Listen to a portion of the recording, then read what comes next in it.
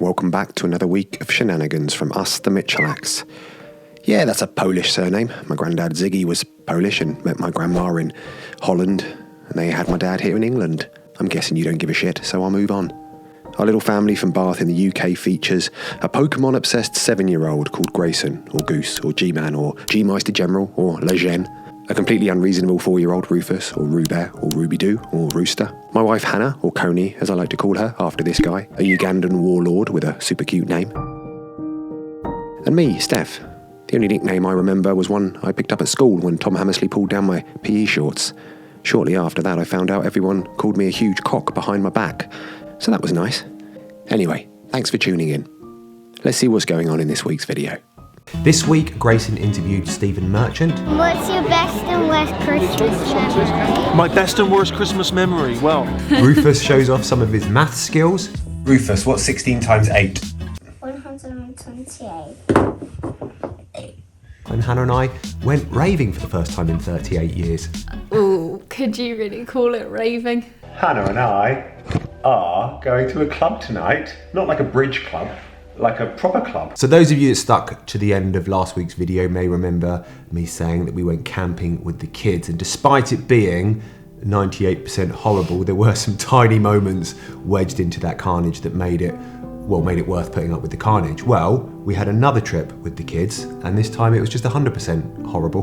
There was no nice bits. Stourhead. Oh yeah. No, there were nice bits. What nice bit was there?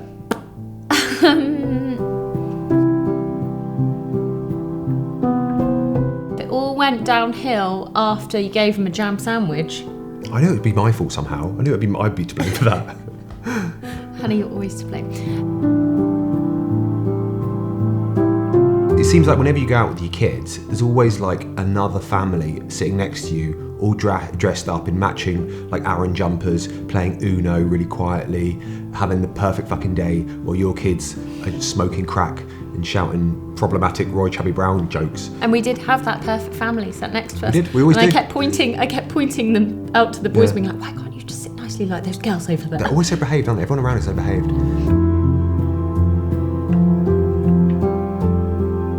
Anyway, this trip to Stourhead was the perfect time to test out my new Canon R5. I've been waiting all day for that, man. Yes. Yes, baby. Perfect, man. Cool, thanks mate, take care, bye-bye. So, this right here is my new baby. Look at this.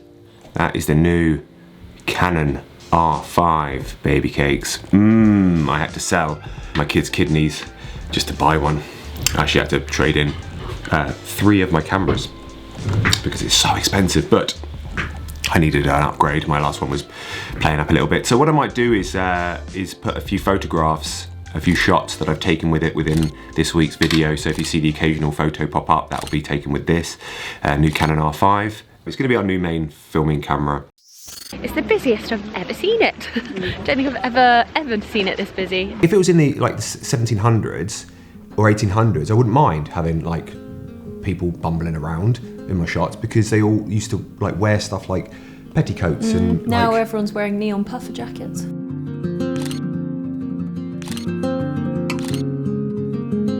yeah, I did get this one shot which was a little bit soft. Well, it was a shot of my dad. It wasn't technically my dad, it was a robin. But because I'm a basic bitch, I think all robins are like my dad coming along to say hello. So I quickly got the shot of this robin with the new camera, but it was a little bit too soft. I was really annoyed at Dad for not sticking around long enough for me to pull that focus. Damn you.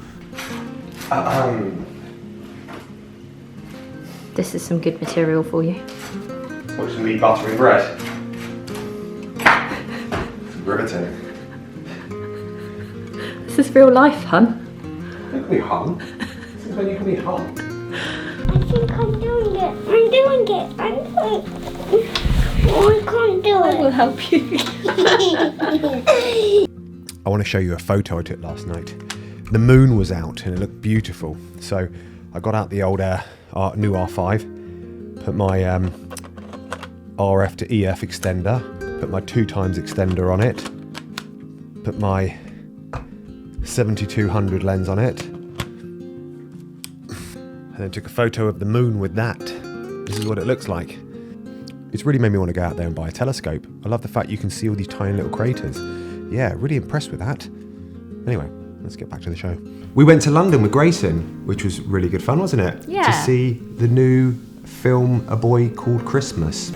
It started with a boy called Nicholas and a summons from the king. And they invited us to go to the red carpet premiere. Do you know what a premiere is?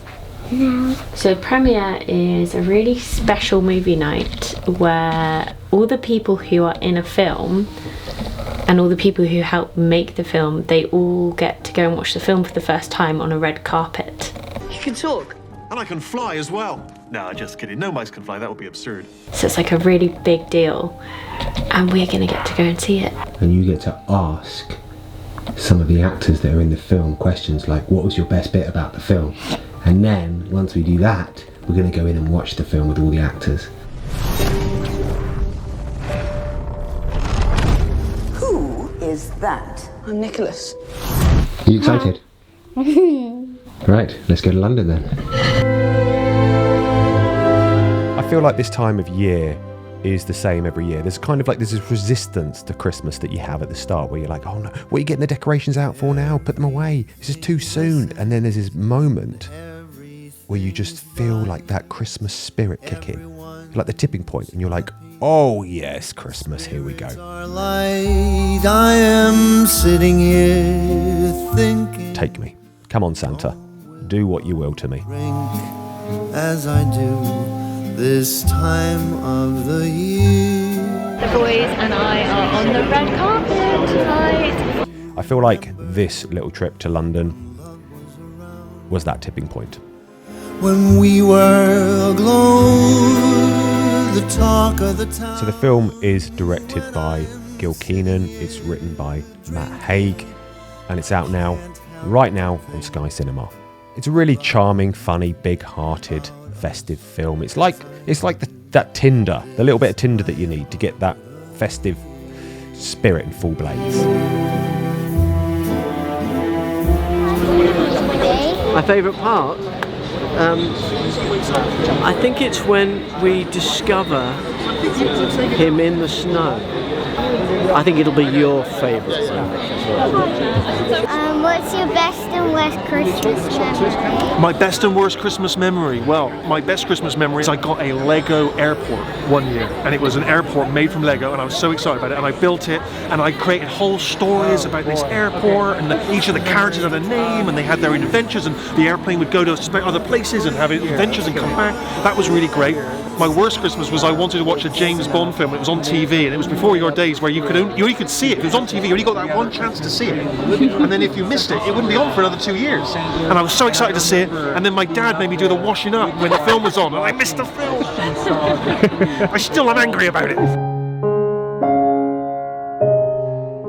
He loved it, and he was like, he was just so happy to be there, and he did love the film as well. He was cracking up at it, wasn't he? And it was really nice because one of my friends was also at the premiere, and she brought her son, who Grayson has been friends with since he's like been about 6 weeks old. So they were really happy that they got to like have an evening, a late school evening in London together, which we would never normally have done. It was great. And they got to see the film together in the front row. I was like, you jammy little things. Yeah, but if you get a chance, definitely go and watch it. A Boy Called Christmas. It's like the best Christmas film. It's the Stephen Merchant Little Mouse just makes it so funny, and there's some great lines in it, and it's genuinely a really enjoyable Christmas film.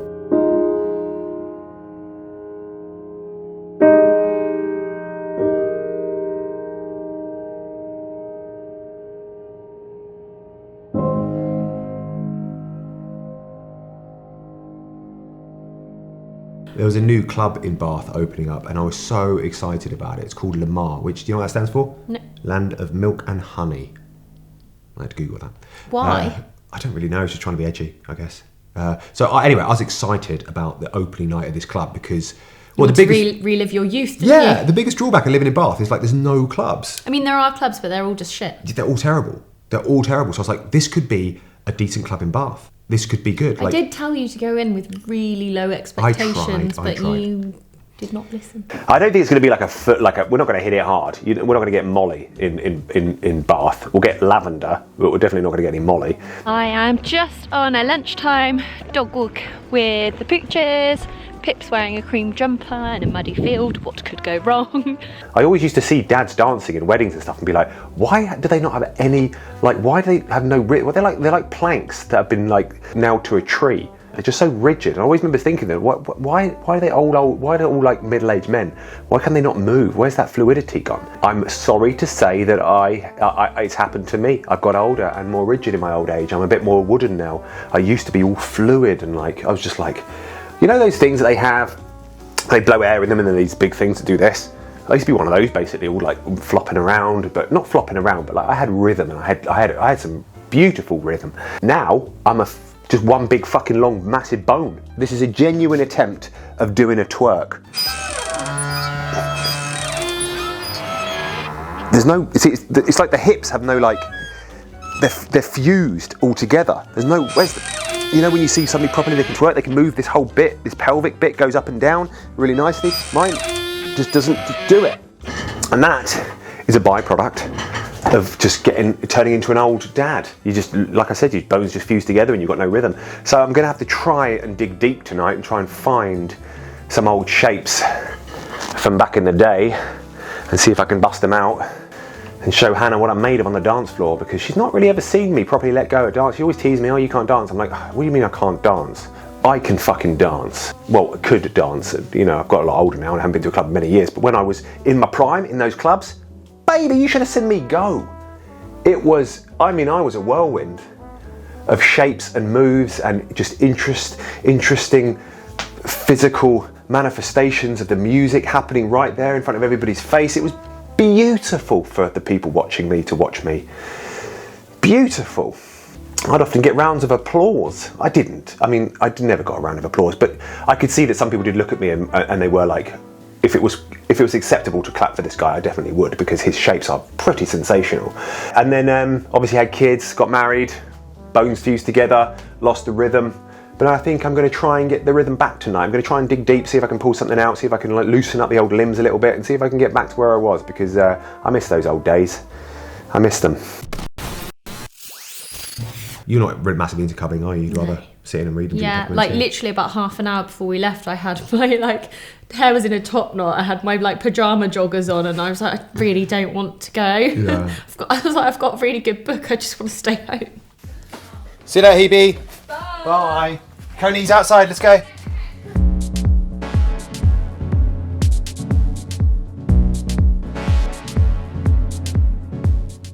It was everything I hoped it wouldn't be.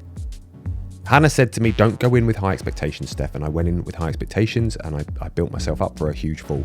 And boy, I fell. Because the minute we entered the club, they were playing this. A fucking Wham remix.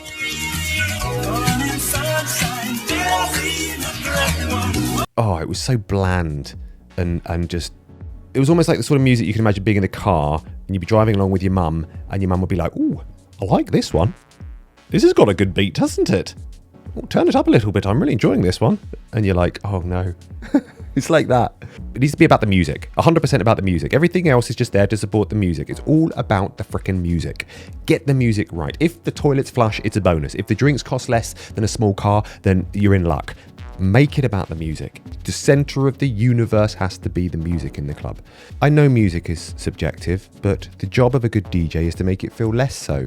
Because what they need to do is they need to stimulate a facial expression. A good DJ, he or she needs to stimulate this type of face. Or this type of face. You need to tease out that. And what that face is it's a face that says, you have managed to just reach into the darkest corners of my soul and find something that I lost a long time ago. You've pulled it out and you've showed it to me, and I'm very pleased you found it. Because I'm about to show my appreciation on that dance floor.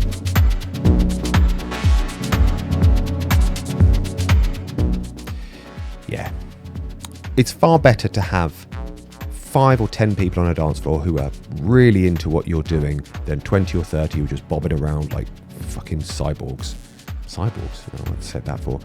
But yeah, so it was just middle of the road bland house music. Vodka Revolution with a late license, which is a shame because I was so hoping that we would have that club in Bath that I could be like once every couple of months I'll go there and I'll let loose on the dance floor and I'll unite with all my fellow human beings and I'll loosen up a little bit and stop being such a rigid dad, but it's not going to happen.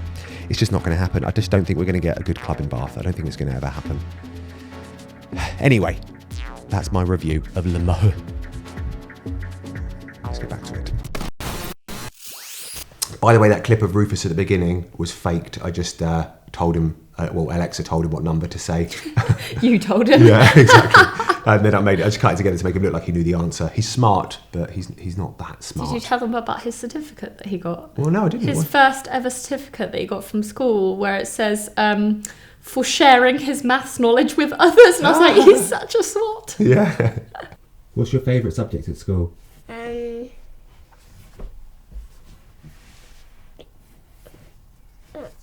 Doing maths. What's your worst subject? My worst subject is counting up to 1 billion.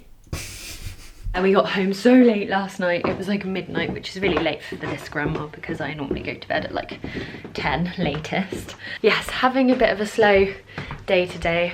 Been for a little dog walk. I had a Zoom with a therapist who I've just started seeing. So this was our second session together, the first one we had in person.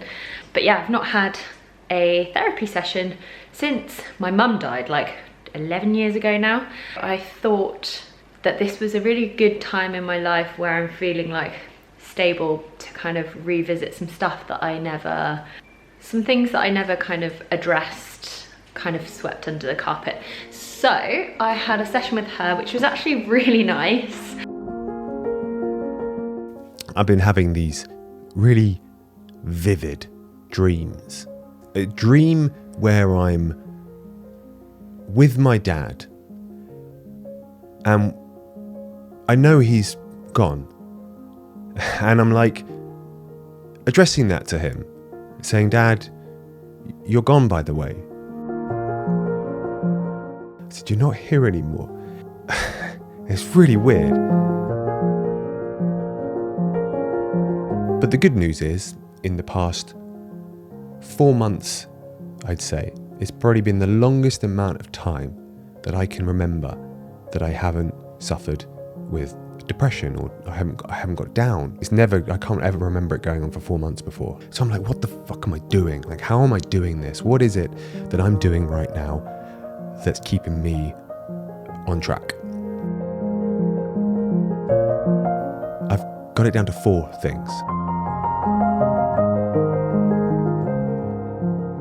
Intermittent fasting, jiu-jitsu, cold water immersion, and high-intensity workouts. 4 of those things combined are the 4 pillars that just keep it all afloat. I just want to say a little thank you to everyone for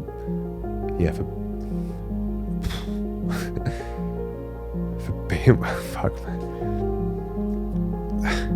I just want to say thank you. I feel like a dick.